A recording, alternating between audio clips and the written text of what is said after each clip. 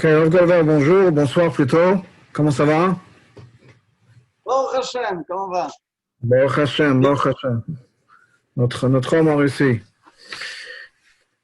Il est quelle heure maintenant chez vous? Oui, il est 18 heures. 18 heures, ok, super. Nous, on est encore le matin, mais en tout cas, bienvenue. Merci beaucoup d'avoir accepté de prendre le temps de parler un peu, de faire connaissance avec Chabad à Moscou. Alors, on va commencer avec une petite introduction. C'est pour dire un peu qui vous êtes, la famille. Je sais qu'on a quelques photos de famille. Ou une photo. On va la mettre pour voir un peu de qui il s'agit. Un instant. Alors,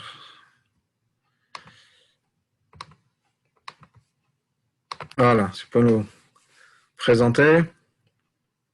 Oh,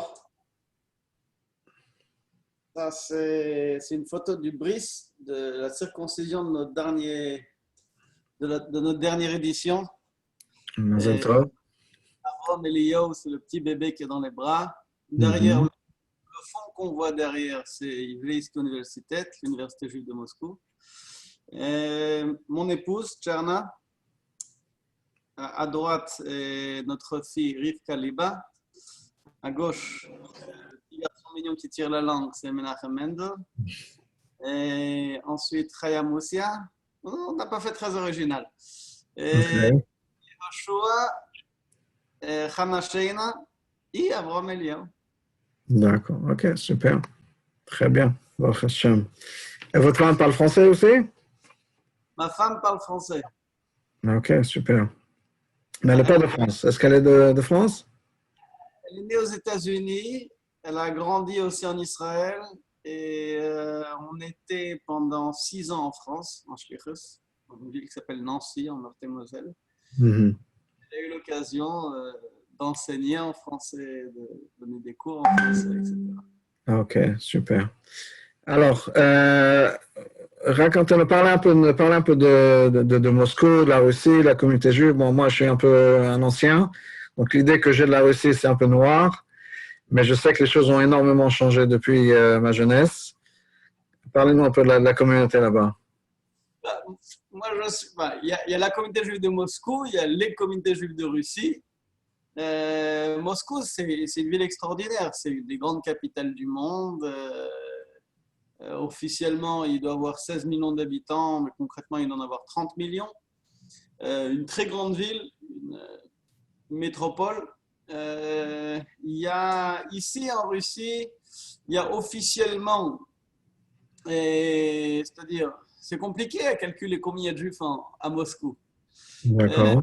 il y a une dernière, alors il y a les juifs qui sont enregistrés dans les communautés, c'est-à-dire ceux qui ont pris la peine de venir dans une choule, de s'enregistrer à un programme comme ci ou comme cela, que ce soit pour un Seder de Pessah, que ce soit pour des cours de Torah, que ce soit pour des activités culturelles. Hein.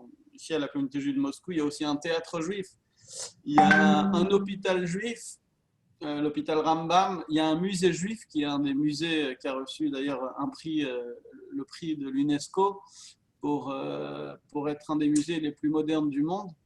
L'année dernière, le musée juif de Moscou a accueilli plus de 500 000 personnes par an. Ah oui.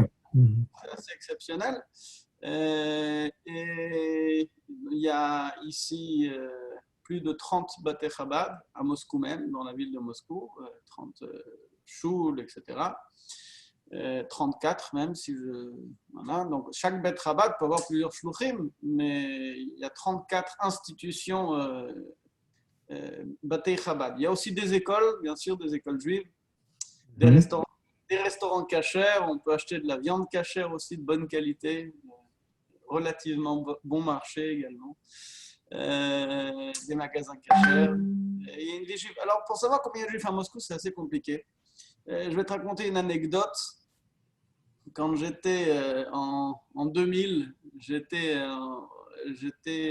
faire un GAN Israël, un centre aéré à Minsk. Et j'ai rencontré un juif dans la rue, et puis on entamé une conversation. Et je lui ai dit combien de juifs à Minsk? Il me dit, oh, c'est une question très difficile, ça. Je dis pourquoi? C'est pas compliqué. Combien de juifs à Minsk? Il me dit non, je vais t'expliquer. Avant la guerre, les chiffres officiels étaient qu'à Minsk, il y a 30 000 juifs. Pendant la guerre, les nazis ont tué 30 000 juifs à Minsk, et donc après la guerre, il y avait 30 000 juifs.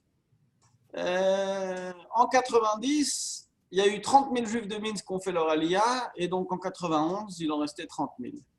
En 2000, il y a toujours 30 000 juifs. Combien il y a de juifs à Minsk? 30 000. Combien il y en a réellement? Qui sait? Bon, à Moscou, c'est à peu près la même chose. Hein. Il y a les évaluations des statisticiens, notamment en Israël, de la Pargola, par exemple, qui pensent qu'à Moscou, il y aurait 100 000 juifs. Il y a ici un magazine, un journal très sérieux qui s'appelle Kommersant, qui est le journal de finance le plus réputé ici en Russie, qui a lancé, il y a de cela, c'était au mois de février, je crois, une étude très sérieuse sur le fait que 4% des Russes ont, donc c'est une étude qui est fondée sur le DNA, et 4% des Russes ont un parent juif. Alors, ça voudrait dire que si on considère qu'on est juif seulement par sa mère, enfin, puisqu'on est juif seulement par sa mère, donc on considère qu'il y a seulement 2% de juifs, bah, il y a 30 millions d'habitants ici à Moscou, donc 2%, c'est une somme assez importante. Ah oui, effectivement. OK. Donc c'est... Ouais. Donc, beaucoup de juifs. Maintenant, les juifs ici... Les juifs ici en Russie, ils sont juifs, mais ils ne le savent pas tout le temps. L'année dernière, il y a 2 ans, on avait besoin d'un chauffeur pour l'institution que je dirige.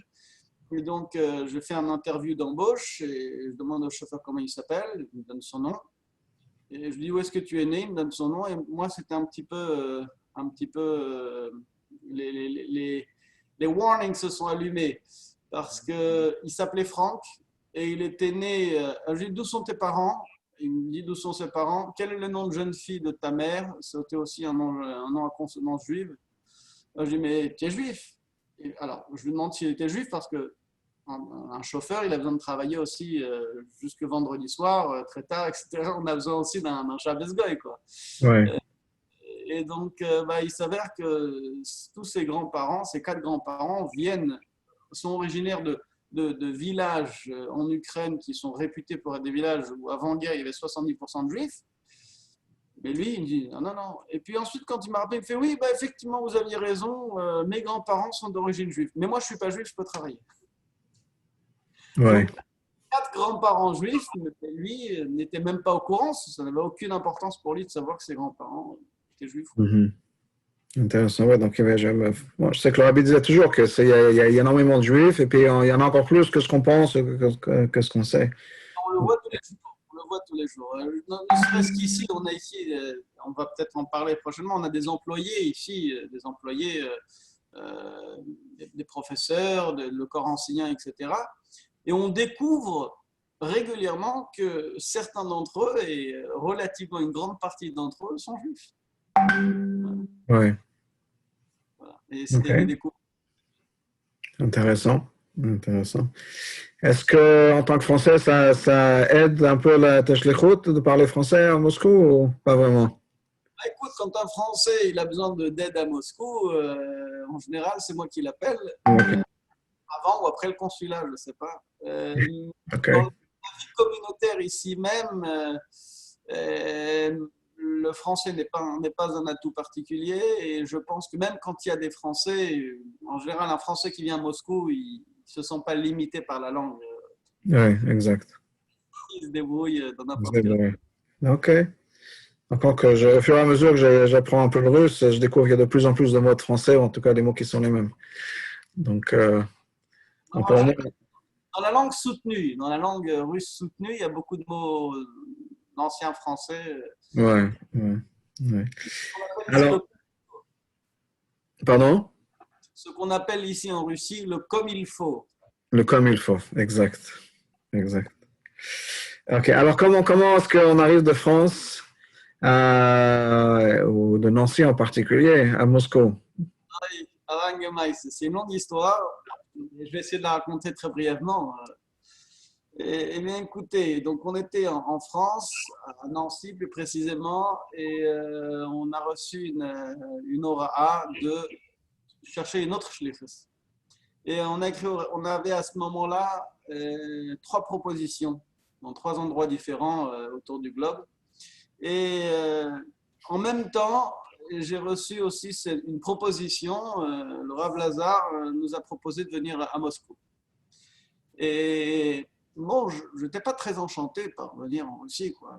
C'est une langue que je ne connais pas, une mentalité, enfin voilà, quoi. C'était assez étranger. J'estimais, voilà, quoi, quand on parle français et encore quelques autres langues, on peut se débrouiller plus facilement ailleurs qu'en Russie. Et Oui. donc on a, le Rav Lazar nous a invités à venir. Donc je suis venu à Moscou. Donc voilà, j'ai rencontré les directeurs communautaires ici, toute la direction, le Rav Lazar, le Rav Barada, le Rav Lipsker, etc. Et ils m'ont présenté la shlichus qu'ils souhaitaient me proposer. Et je suis rentré en France, je les ai remerciés. Je leur ai dit que c'était très gentil de leur part de me faire confiance, mais que bon, voilà, on préférait autre chose. Et puis à ce moment-là, je me suis dit, non, mais qu'est-ce que ça veut dire? Comment je réponds à un shliach? Et je vais écrire au Rebbe d'abord. Donc j'ai écrit une lettre au Rebbe, j'ai dit, voilà, on a reçu une aura de reçu chez Rabbonim de chercher une shlichus. On a 4 propositions. Celle-là, celle-là, celle-là. Ce qui nous intéresse, c'est celle-là et celle-là. Et on a aussi une autre proposition, c'est d'aller en Russie, mais ça ne nous intéresse pas. Pour différentes raisons, ça ne nous intéresse pas, on préférerait aller là ou là. Mais j'écris très rarement dans les grosses Kodesh.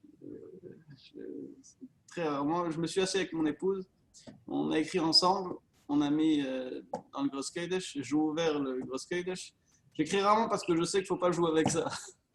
Et on ouvre et une lettre comme ça, très très claire, le Rabbi dit les Pele Be'einai, je suis choqué de vous lire, vous m'annoncez qu'on vous a proposé de travailler dans une institution Chabad de mon beau-père, avec des jeunes qui viennent de derrière le rideau de fer.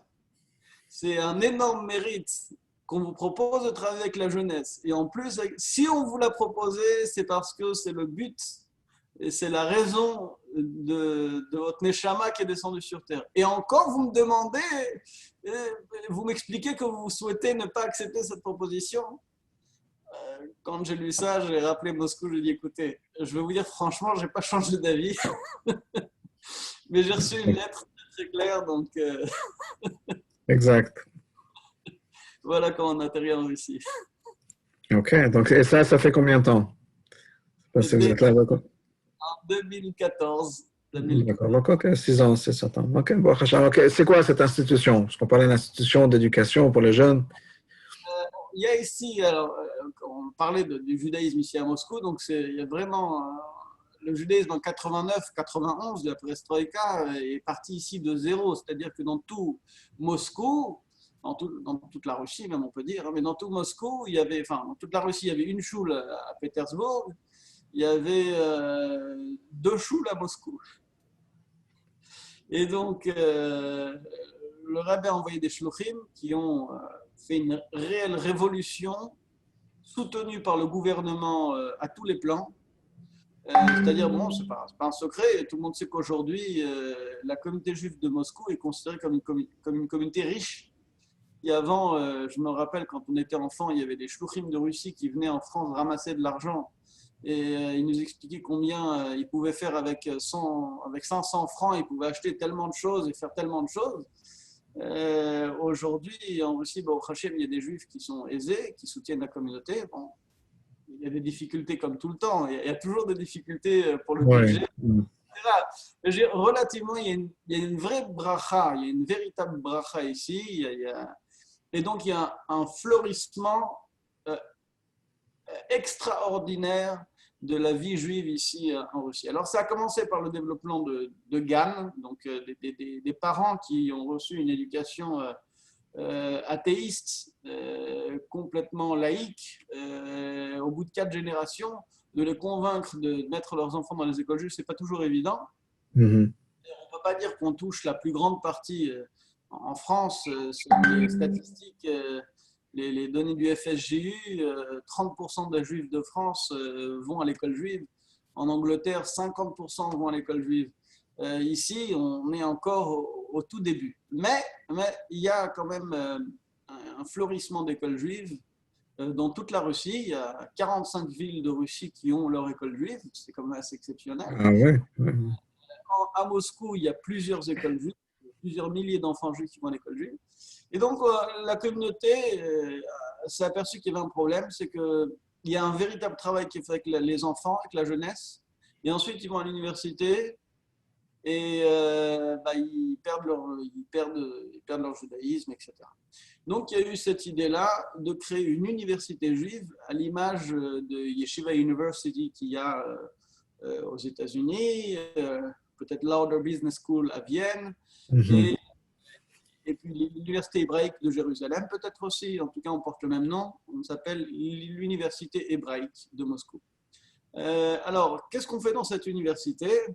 Eh bien, c'est une université, on est la plus petite université de Russie, parce que pour avoir l'accréditation du ministère de L'éducation. il faut répondre à des critères internationaux. Et un des critères, c'est aussi le nombre d'étudiants et le nombre de facultés, etc. On a 5 facultés ici, 5 facultés, et on n'a pas beaucoup d'étudiants parce que c'est une université qui est ouverte à tous, mais qui coûte assez cher. Et donc, vu que la communauté sponsorise uniquement les membres de la communauté, donc on n'a que des étudiants juifs. Voilà. Donc, on reste dans le politiquement correct. D'accord, ok. Et on apprend là-bas quoi dans cette université? Alors, on apprend le droit, la finance, l'économie, l'informatique et la théologie. D'accord. Et c'est un diplôme reconnu par l'État? Parce que... On est une université d'État, et pas seulement une université d'État, on en est fier, on ne le cache pas. On a un soutien du président Vladimir Vladimirovitch Poutine qui a soutenu personnellement l'existence et qui a soutenu quand l'université avait des difficultés, qui a soutenu l'université et qui lui permet d'être ce qu'elle est aujourd'hui. Voilà. Donc aussi, quand on a dans n'importe quel pays, quand on a le soutien du président et du Premier ministre, ça ouvre beaucoup de portes. J'imagine. Ok, c'est super. Alors, en parlant d'éducation, par rapport à l'éducation de vos enfants, ça se passe comment à Moscou? Alors, comment ça se passe? Alors, Moscou, c'est une très grande ville. Hein. C'est une ville, pour faire le tour du périphérique de Moscou, il faut plusieurs heures. D'accord. Littéralement. Je ne sais pas, mais c'est plus de 100 km de périphérique. Hein. Ah ouais. Nous, on habite à 18 km, 17 km du centre Chabad, c'est-à-dire de là où il y a tous les les institutions, les écoles, etc. Que beaucoup des internautes reconnaîtront Marina Rocha. Et donc, nos enfants vont tous les matins, ils reviennent tous les soirs avec un transport qui les amène à l'école et qui les ramène. D'accord, donc c'est quand même pas mal de... Enfin, c'est un bon chemin, quoi, quand même. Même si vous êtes dans la même ville. On s'y habitue. C'est pas on est très, très heureux d'avoir des Mosdot, des institutions de très grande qualité. Ouais. Afin d'attirer un maximum de juifs, la communauté investit réellement pour un chinour de qualité avec un suivi sur tous les domaines, avec des critères très élevés et avec des résultats aussi exceptionnels. Voilà. Il y a tous les âges, j'imagine, depuis le jardin d'enfants jusqu'à séminaire ou yeshiva? Depuis la crèche donc il y a une crèche, il y a des jardins d'enfants, hein, des GAN, il y a des écoles, plusieurs, et donc il y a aussi des yeshivot, une université, et il y a plusieurs yeshivot. Il y a 3 yeshivot ici à Moscou. Ah bon? Wow. Et voilà, 3 yeshivot, plusieurs écoles juives. Et voilà. Alors, c'est vrai que le niveau et la qualité de l'éducation qui est ici pour les écoles juives à Moscou a beaucoup facilité notre intégration. Et comme je t'ai raconté au début, on était assez réticents au début de venir ici. Ouais, ouais. Disons que ça a beaucoup allégé enfin, l'acceptation de notre choix. Bien sûr, bien sûr. Bon, j'ai fait pas mal d'interviews avec les shluchim à travers le monde. Et un des grands problèmes que tout le monde partage pour ceux qui sont loin, c'est l'éducation des enfants. Tout à Bon, fait. ils ont l'école en ligne et puis après, les enfants partent. À partir d'un certain âge, les enfants Exactement. doivent partir. Donc, Nous-mêmes, nos enfants ont étudié sur online school. Mon épouse a enseigné plusieurs années sur online school. Et c'est vrai que c'est pas du tout évident quand on a une éducation de grande qualité sur place. bien Euh, sûr.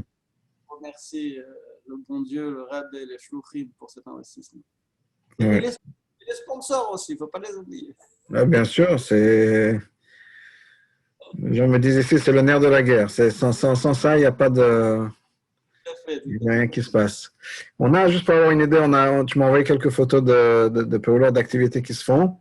Donc, on va partager. Tu vas m'expliquer un peu de quoi il s'agit, ce qu'on voit, etc.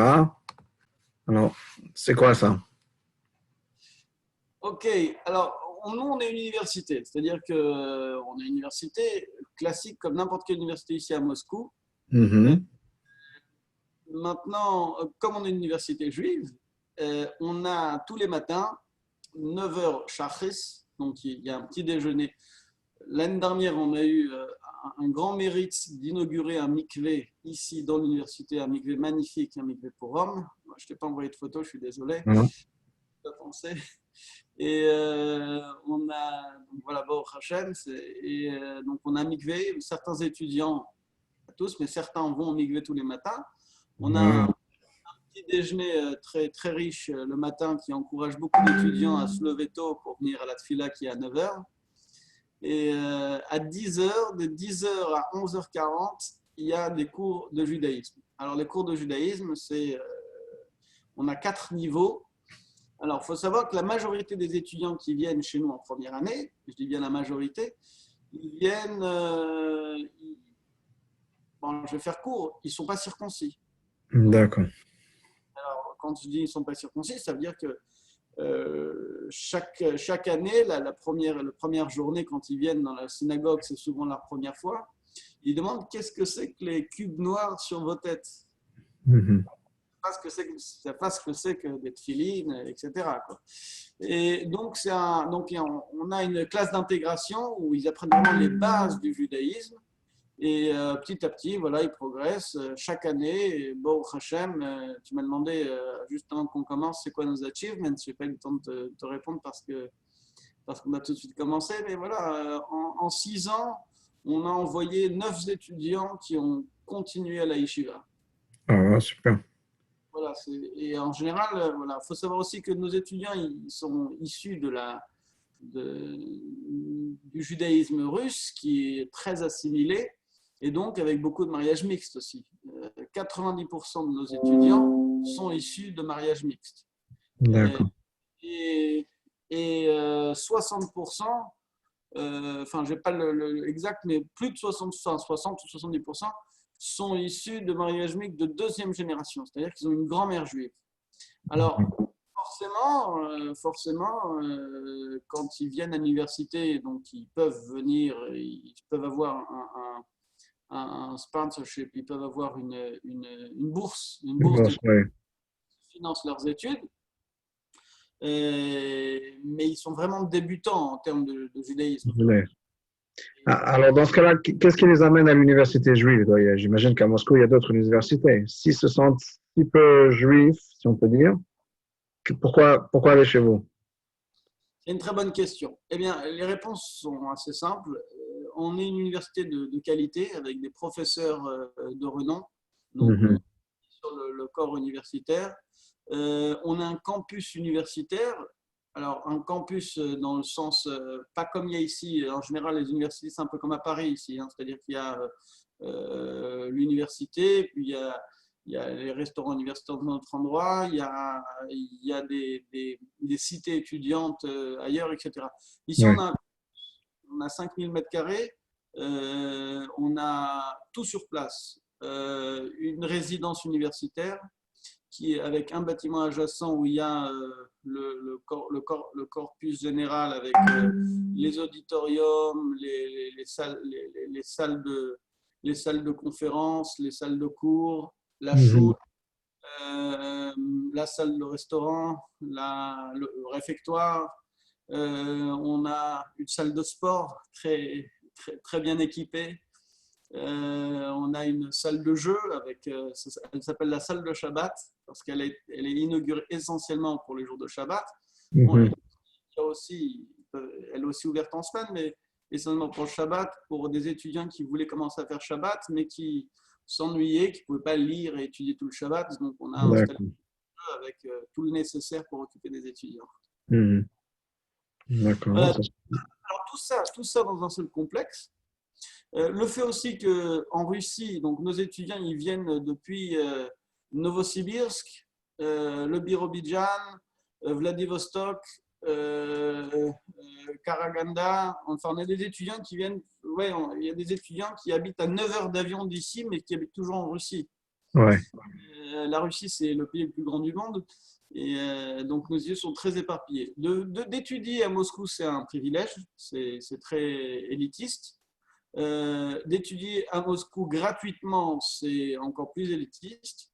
Et pour certains d'entre eux, la majorité d'entre eux qui viennent au départ ne viennent pas pour des motivations juives.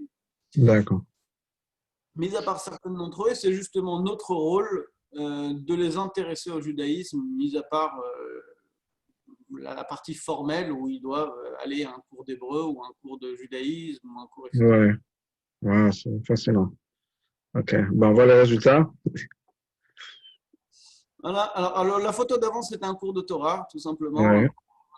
Ça, c'était cette année. Ouais, c'est cette année. OK, oui. Euh, On voit les masques. C'est facile à dater. Chol Hamoed Sukkot, Shine Rabbah, c'était le Shine Rabbah. Mhm. Voilà, ce sont des. Alors là, au Minyan, habituellement, on a une présence. Alors, comment ça se passe le Minyan chez nous? On a deux types de minyan. On a un minyan comme celui que vous voyez ici sur cette photo. Ce sont des gens qui participent au minyan. Et on a un tefillin club, un club de tefillin. Alors, le tefillin club, le principe, c'est que la majorité de nos étudiants ne peuvent pas être assis 45 minutes dans une choule avec un livre de prière Mhm. parce qu'ils n'ont pas cette éducation et que pour eux, c'est. Voilà. Donc, on a adapté un système qui leur est plus adapté. C'est un tefillin club, c'est-à-dire qu'ils vont dans une salle de conférence, ils mettent les tefillin et ils ont un cours de 20 minutes sur la tefila, sur le bon Dieu, enfin, sur quelque chose qui est en lien avec la tefila. D'accord. Et ensuite, ils font Shema Israël, etc. Et donc, voilà, chaque étudiant peut choisir s'il préfère aller au tefillin club ou bien s'il préfère aller à la shul. Mhm. Ça va être. Ça, c'est il y a 3 ans cette photo. C'est le Seder de Pessah. Voilà, un peu avant le Seder, il Ouais. y avait des étudiants qui étaient dans la salle qui aidaient aux dernières préparations. J'aurais dit, elle avait donc une petite photo. Donc, pendant Pessah, vous les gardez là-bas? Ou s'ils ont le choix? Ou comment ça se passe? Bah écoute, la première année où j'étais là, premier Pessah, comme c'était Chol Hamoed, donc ils ne peuvent pas écrire, etc. Donc j'avais fait des vacances. Mais je me Mhm. suis aperçu que les vacances pour des étudiants qui ne sont pas très pratiquants, ça ne leur apporte pas grand-chose. Donc depuis Chol Hamoed, ils étudient et pendant les jours de Yom Tov, on essaie de leur faire des programmes qui peuvent essayer de les intéresser.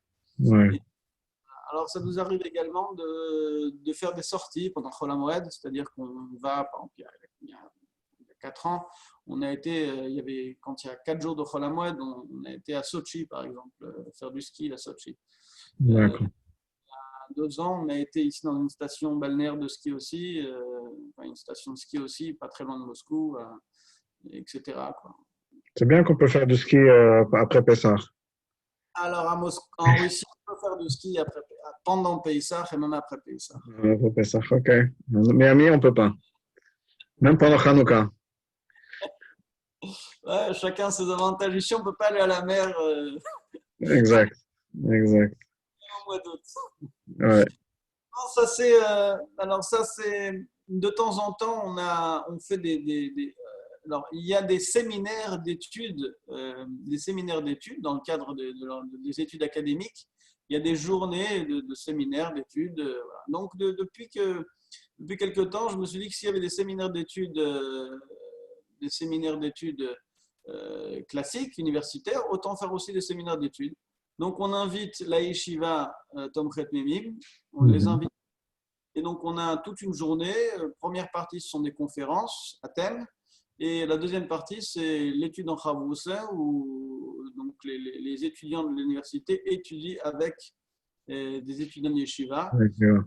On prend part, et puis j'ai commencé avec une Chavruta, et puis plusieurs se sont joints. Et le photographe qui a pris cette photo a pensé que c'était une photo à prendre. Voilà. D'accord. Alors, comment ça se passe pour apprendre le russe? C'était facile, difficile? Comment? Ouais, écoute, le russe, c'est pas une langue facile, hein. C'est une Mhm. langue complètement différente. C'est une langue slave qui est complètement différente des langues latines ou anglo-saxonnes, etc.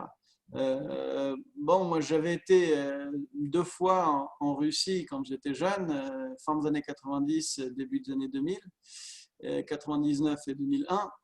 Et bon, j'avais les bases, je connaissais peut-être 30 ou 40 mots russes, quoi, hein, Ouais. comme n'importe quel Bachor Yeshiva Chabad de mon époque. Euh, Mhm. et bon, voilà, j'ai pas eu le choix, j'ai dû apprendre le russe. Aujourd'hui, je donne des cours en russe régulièrement. Et Bravo.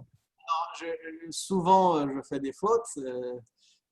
Voilà, tout à l'heure, quand tu m'as appelé, j'étais en train de rédiger mon Dvar Torah du Shabbat pour le journal communautaire. Euh, Mhm. la secrétaire est obligée de me corriger parce que sinon, il peut y avoir des fautes désagréables. Ouais.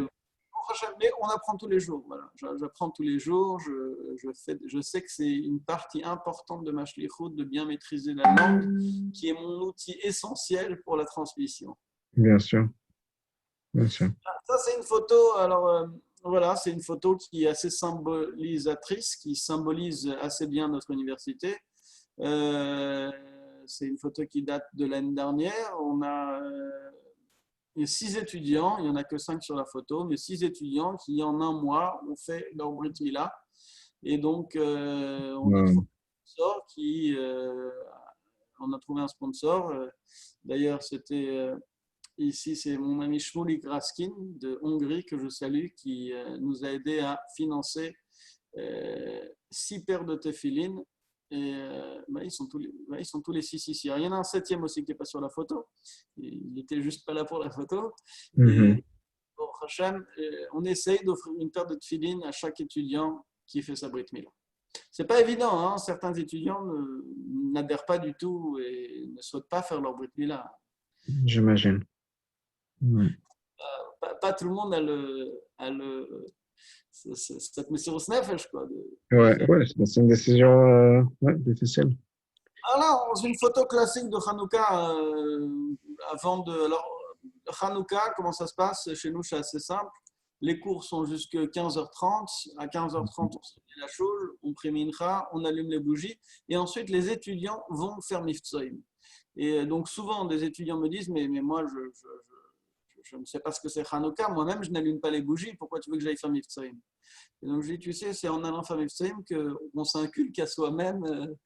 On s'inculque à soi-même. Et bon, voilà, ça c'est pour ceux qui sont un peu rebelles, mais sinon, la majorité des jeunes deviennent actifs lorsqu'on leur donne des responsabilités et de leur donner une responsabilité, une tâche, les encourage pas seulement à le faire, mais à allumer eux-mêmes. Et certains étudiants me disent eux-mêmes, bon, voilà, j'ai fait Mifsem aujourd'hui, j'ai fait allumer à 4-5 personnes, bon, moi aussi, je vais l'allumer quand même. Ah, Et c'est fort, pour beaucoup, c'est vraiment une découverte, quoi. On découvre j'imagine. Ouais, Hanouka à Paris, à New York, n'importe quel jeune qui a vu deux, trois films, il sait ce que Hanouka est rentré dans la conscience collective, mais maintenant, ouais, ici, un jeune juif étudiant, il vient à l'université, la première année, il ne sait pas exactement ce que c'est que Hanouka. ouais. On commence vraiment du début, quoi. Mhm.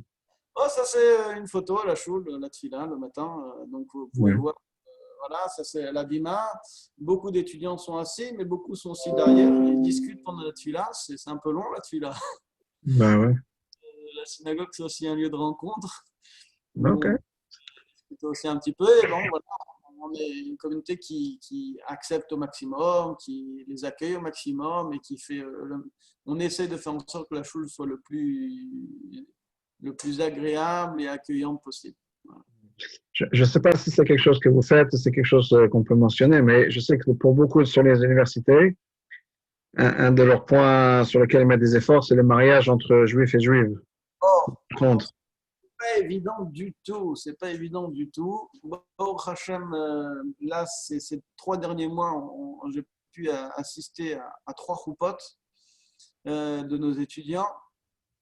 Là, je travaille sur une prochaine choupa, c'est-à-dire, voilà, j'ai rendez-vous là, ce soir avec une jeune fille qui est une possible partie pour un de nos étudiants. Mhm.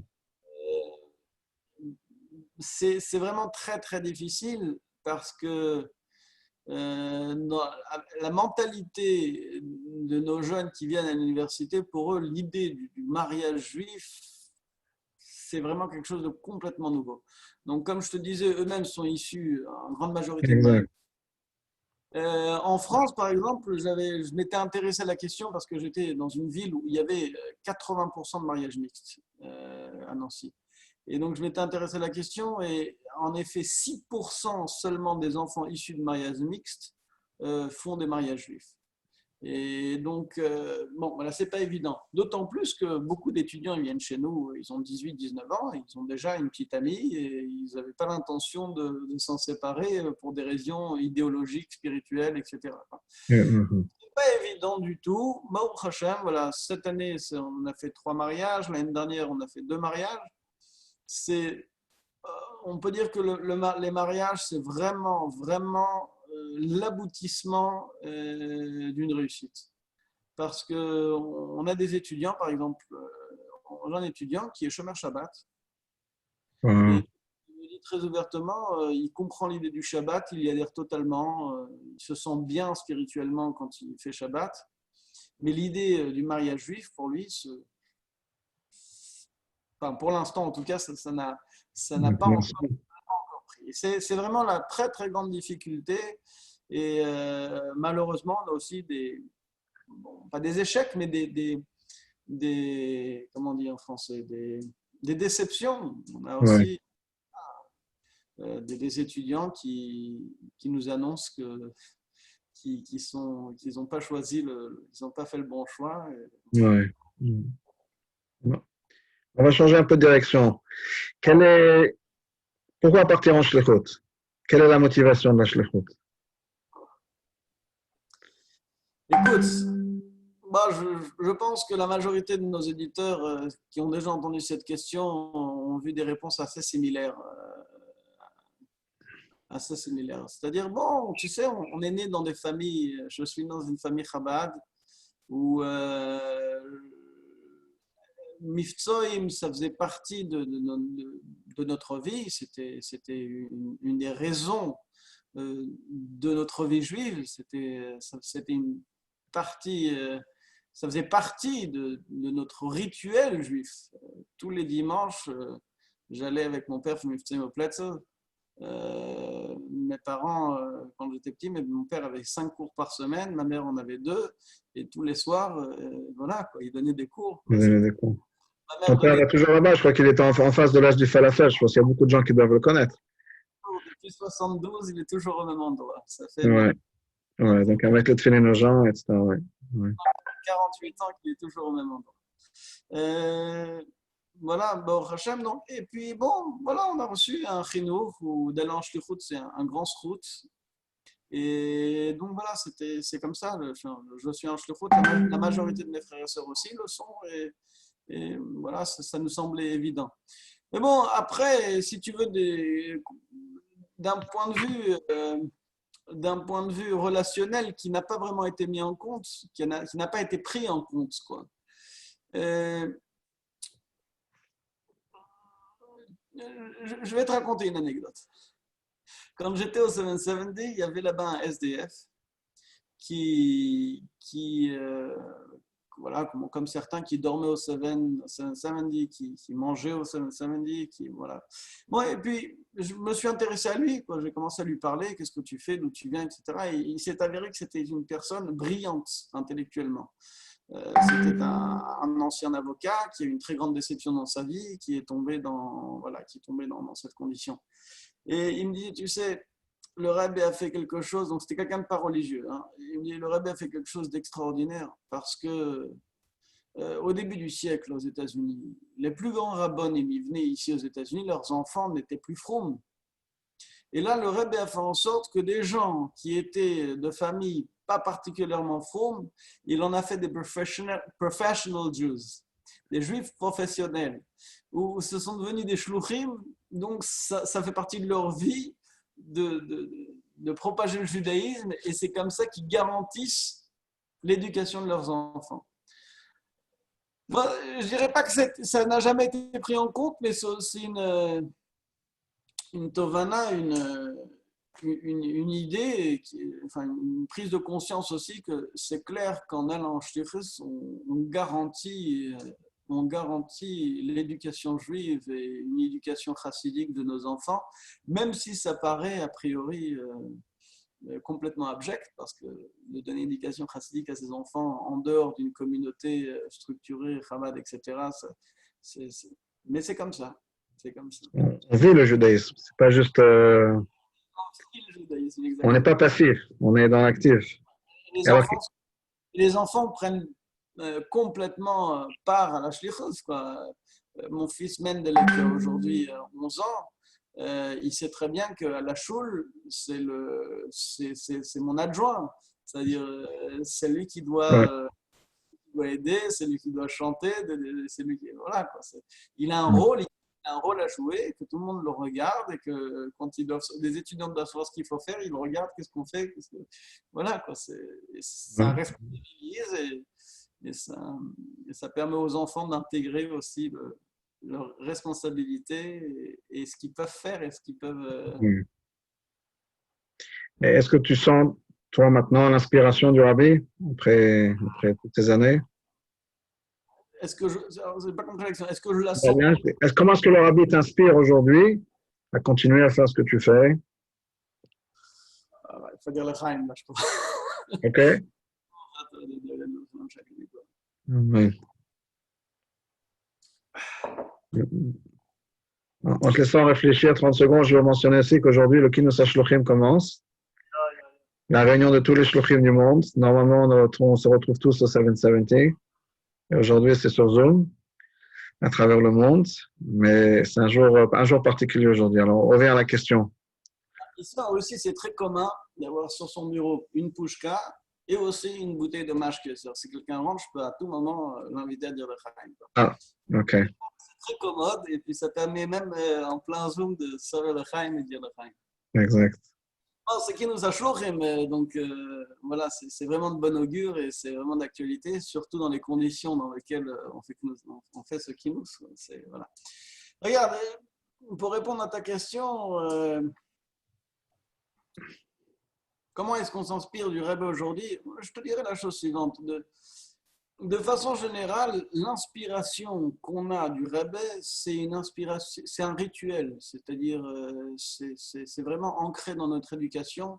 Ça fait partie du rituel quand on se pose une question ou quand on hésite, on a des hésitations, quand on a des doutes, de tout de suite chercher l'inspiration chez le Rebbe. Qu'est-ce que le Rebbe aurait fait, quoi.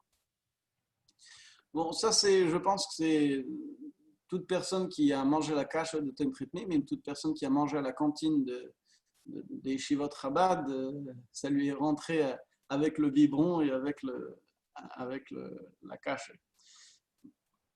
Maintenant, bon, après, il y a de façon, voilà, ça c'est de façon concrète. De façon un peu plus personnelle, je pense comme tout le monde, j'ai ici à côté de moi toujours une photo du Rebbe. Avec toi? Ouais, toujours ça, à côté sur mon bureau, il y a ma femme et mes enfants et le Rebbe. Voilà. Regarde,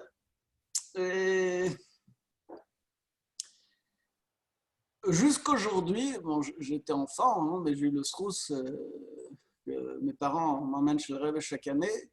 Et donc, depuis 1981, j'ai pu y aller pratiquement chaque année chez le Rebbe, des fois même 2 fois par an.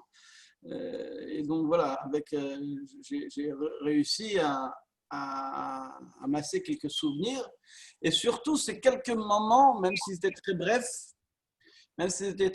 et même s'ils étaient d'interaction avec le Rebbe, ou bien une interaction euh, bilatérale dans les deux sens, ou bien une interaction, c'est-à-dire le regard que je portais sur le Rebbe, etc. Même si le Rebbe ne me regardait pas. Par exemple, j'ai un souvenir qui, pour moi, voilà, en Tov Nun Aleph, En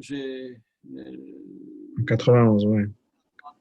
en 91, Tov Nun Aleph, c'est-à-dire 90. 90, ça a été cher, ouais, 90, 90. 90, et il n'y avait personne à la place du Rachag. Le Rachag est prié à côté du Rebbe, il n'y avait personne. Le Et, Shaq, c'est le beau-frère du Rabbi. et donc, quand j'ai chopé, j'ai compris que la place était vide, j'ai été prendre la main des cajots avec une chaîne, j'ai mis là-bas un cajot et voilà, c'était ma place. Le matin très tôt, je suis venu, je me suis mis là-bas à la tfila et toute la tfila, j'ai pu être face au mur et j'étais le seul qui pouvait voir le Rebbe de face, puisque le Rebbe est pris vers le mur du Mizrach avec le talit qui le recouvre et donc personne ne peut voir le Rebbe pendant la tfila. Et le Rebbe aussi était très, très discret. Le Rebbe se recouvrait toujours avec le talit. Et donc, pendant cette tfila, je n'ai pas fait la tfila, je ne me souviens pas voir l'île au Sidour, mais je me souviens avoir regardé le Rebbe pendant toute la tfila. Et pendant ce Shmini Atzeres, par exemple, bon, c'est un Shmini Atzeres qui était un peu difficile. On est dans la période du Covid. Je suis un shliach qui est tout seul avec des étudiants qui ne comprennent pas pourquoi la tefila est tellement longue et qu'est-ce que c'est que cette fête, etc. Et je commence la tefila le matin, pas tout le monde est là. On avait fait un grand farbrengen la veille, pas tout le monde était là le matin tôt pour Hoïdou. Et donc, voilà, j'avais un petit peu le blues, quoi. Voilà, on commence minyan, il n'y a pas minyan pour dire Kaddish, etc. Les étudiants, ils ont fait Fabringen la veille, ils n'ont pas la force de se lever. Et je me suis remémoré cette fille-là. Voilà, ça c'était il y a 30 ans. Il y a 30 ans exactement, Shvini Atzer, j'étais face au Rebbe. Et je me suis remémoré comment le Rebbe, il pleure pendant Krishna. Le Rebbe a sorti un mouchoir pendant Krishna pour essuyer ses larmes. Comment le Rebbe, il s'attarde sur certains passages de la Tfila. Bon, je ne vais pas vous faire maintenant toute la Tfila de ce que je me souviens, mais voilà, toutes ces choses-là, ou bien même l'attention particulière du Rebbe. Une fois, je me suis retrouvé sur une cérémonie, je n'avais pas de sidour pendant la Tfila de Mincha, et j'ai prié à côté du Rebbe, dans le sidour du Rebbe, à côté des 10 cm qui nous séparaient. Bon, voilà, c'est quelque chose de spécial. Ouais, ouais. Ou bien une autre fois, une autre histoire aussi qui voilà, ça c'est vraiment un enfant, il se rappelle de ça, quoi. Il a cette, je puise jusqu'aujourd'hui beaucoup d'énergie de ça. Et pour pas être trop long, mais c'était Shain Rabo Tovshin Memzain en 86. Shana Raba 86. Et j'étais passé, donc au Shana Raba, vous savez, la tefila elle est très très longue. Et donc, mon père priait au 770, et puis moi, au début, je jouais dans le 770 un petit peu à récolter des trogim ou je ne sais quoi. Et puis ensuite, le Rebbe distribue du Leikar, donc il n'y a pas de raison de ne pas y aller. Donc, Ok. j'ai été comme tout le monde dans le tour. Je me suis trouvé quelqu'un, un adulte, et j'ai été avec lui recevoir le Leikar du Rebbe. Et, et ensuite, une fois que j'ai terminé, la tefila n'est toujours pas terminée, j'étais une deuxième fois à récupérer du Leikar. Et la troisième fois, hein, quand je suis passé, là, le gouverneur, il m'a vu passer, il m'a pris la main et il m'a pris la main, il m'a mis sur l'escalier qui est juste à l'entrée du Saint-Denis. Ouais. Alors le rabbi dit à le gouverneur, j'ai pas entendu, mais il fait avec la main. Qu'est-ce qui se passe? Ouais. Là, il dit, il a déjà reçu 2 fois. Et le rabbi a souri, un grand sourire, il m'a appelé comme ça. Wow. Encore les gars, il dit, les Shanaté Mamsouk. Vraiment, c'est des souvenirs d'enfant, mais Bien sûr, mais bon. Ouais. Ouais. il utilise beaucoup d'énergie. Mais bon, de façon beaucoup plus basse, beaucoup plus terre à terre, mais aussi beaucoup plus humaine aussi peut-être. C'est que le Rada, c'est une source d'inspiration pour n'importe quel être humain. Pour, attends, je t'ai perdu, là, tu es toujours avec moi? Ouais, moi, je suis là. Pour n'importe quel être humain, le Rebbe était une source d'inspiration dans tous les domaines. Et je pense qu'en tant qu'être humain aussi, pas seulement en tant que Chosid Nekusha qui se sent attaché au Rebbe, parce que le Rebbe c'est la Neshama Klolis, et donc on reçoit toute notre énergie par les tzadikim, etc. Mais au-delà de ça, regarde, je te donne un exemple aujourd'hui. Ce matin, il y a une nouvelle loi ici à Moscou, enfin une forte recommandation de la mairie de Moscou qui nous demande avec insistance de prendre de nouvelles mesures dues à la pandémie. Et donc, bon, ça veut dire qu'on doit fermer plusieurs choses et ça veut dire que beaucoup des étudiants vont devoir rentrer chez eux. Ça veut dire que voilà, toute la structure de notre université de pouvoir transmettre le judaïsme à travers Zoom, tu sais comment c'est Ouais. compliqué sans rentrer dans les détails. Voilà, c'est très très compliqué. Je te raconterai à l'occasion une histoire là-dessus, à quel point ça peut être compliqué. Et donc, je me suis dit, mais qu'est-ce qu'on va faire? Et bon, voilà. Tout de suite, l'idée qui m'est rentrée, c'est qui nous a shlochim, chacun Ouais. le rabais, et je me dis, bon, ce qu'il faut réfléchir, c'est qu'est-ce que le rabais attend de nous à ce moment-là? Qu'est-ce que nous, on doit faire? On est RF Shabbat, il y aura encore beaucoup d'étudiants ici. Comment est-ce qu'on les prépare à cette pandémie, à être chez soi, et comment est-ce qu'on va les préparer? Voilà, ça c'est une inspiration qui est simple, qui est humaine, mais bon, voilà, le Rebbe était une personne qui était très exigeante de soi, des autres, qui était toujours encourageante, qui demandait toujours qu'on puisse donner le plus possible. Et ça aussi, c'est une inspiration. Bien sûr. Alors, dernière question. Et merci pour ton temps. Qu'est-ce que tu voudrais que les gens comprennent mieux sur Chabad? Oui. Tu es sûr que c'est une seule question? C'est une seule question. Bon, écoute, euh, Une chose. je vais le formuler de cette façon-là parce que je suis ici en Russie, où ici en Russie, n'importe quel juif qui n'a pas beaucoup de base, il sait que le mouvement Lubavitch en Russie est le représentant officiel du judaïsme, actuellement et historiquement. C'est-à-dire que depuis 1794, avec l'annexion des tsars d'une certaine partie bon, peu importe, de la Lettonie et de la Pologne, les Rebbeim Lubavitch étaient les représentants officiels du judaïsme ici en Russie, et par le judaïsme, et vu par le judaïsme, et vu par le gouvernement. Et ici, n'importe quel juif, pas religieux du tout, etc., il sait que lui n'est pas religieux, il sait que lui mais il sait que le judaïsme, c'est Chabad, c'est Lubavitch. Alors, est-ce que dans n'importe quel endroit du monde, chacun a sa spécificité, ses coutumes, etc. Donc, ce qui est valable pour la Russie n'est pas nécessairement valable partout. Voilà, il y a quelques semaines, tu as interviewé ici mon ami le Rav Banon, qui est par exemple shliach au Maroc, avec une communauté, avec des minagim ancestraux de millénaires. Mais concrètement, je pense que chacun peut voir en Chabad une idéologie spéituelle, une façon de vivre, un style of life, un style de vie spirituel qui est applicable à chacun, tout à chacun, peu importe dans quel milieu il vit, peu importe comment il est, mais c'est un style de vie auquel n'importe quelle personne peut aspirer, n'importe quelle personne peut vivre à son niveau et à sa façon. Bravo. OK. Un message avant de partir? Chaim Livrocha. Chaim Livrocha. Je termine avec toi, j'ai encore, et puis ensuite on va aller faire Farbrengen avec tout le monde. Super. OK. Alors, Chaim, et que des bonnes choses. Merci beaucoup. Il faudra qu'on fasse aussi un interview avec Rabbi Frankfurt qui nous explique. OK.